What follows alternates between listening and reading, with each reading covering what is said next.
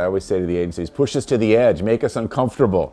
That's a good thing. You know, if we're staring into the abyss and we feel a little uncomfortable, then that's good.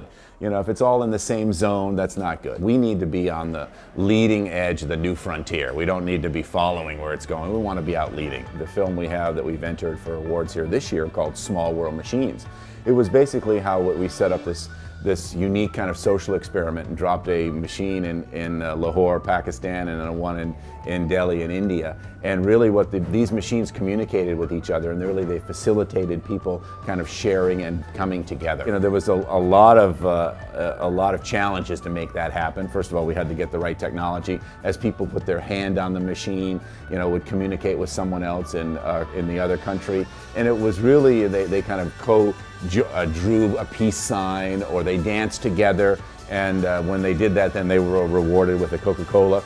That created a lot of debate and discussion within the company, because that kind of pushed us right to the edge of what I would call our cultural comfort zone. But at the end, it was a marvelous film, and we hope it does well here at Cannes. You know, a lot of messaging in companies and brands is really at a functional level. What does the product do for you? It's very uplifting, it's refreshing, etc.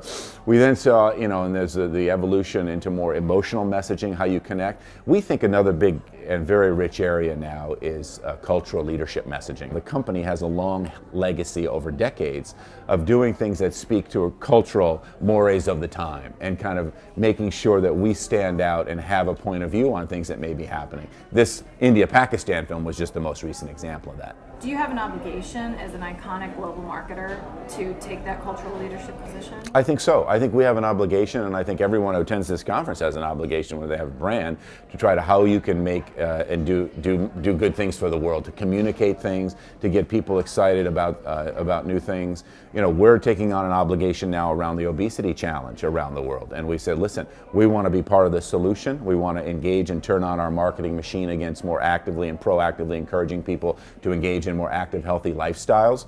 Those are things that we can do as marketers, and everyone, regardless of the size of the marketer, they don't need to have an engine or a machine like Coca-Cola, can do something that can do a good thing for the world. At the end of the day, though, we generally, when we look at a corporate role, we think about it as strategic leadership. What does that brand stand for? What's the brand vision and architecture? Is there a powerful core creative idea? That's where we landed when we came up with Open Happiness, for example. And then ultimately you want to deliver to the field a toolkit. And in that, and the great example for us is either on the Olympics or with FIFA, the World Cup, is we want to deliver a toolkit into the field that basically delivers 70 or 80% of the requirements. We want the last 20 or 30% to be customized at a local level. Where we would get killed, we're operating in 207 countries on the ground, is if every country goes out and replicates and does their own thing. It's a very inefficient way to run a business that's a brand of this scale. And so part of the philosophy is create the toolkit that gives you the flexibility at a local level to customize it and make it uniquely relevant to your consumer in your market. Differences between people and cultures are narrowing. They're narrowing for a lot of reasons. Now, if you're sitting in India, you're not leaving your culture, but you're generally hooking on to another culture at a tertiary or secondary level, usually through pop culture, usually through film, through sports, through movies, through music, etc. Our role, though, is to how do you preserve that local genius with some kind of global overlay of what the brand stands for. We've been very successful with that.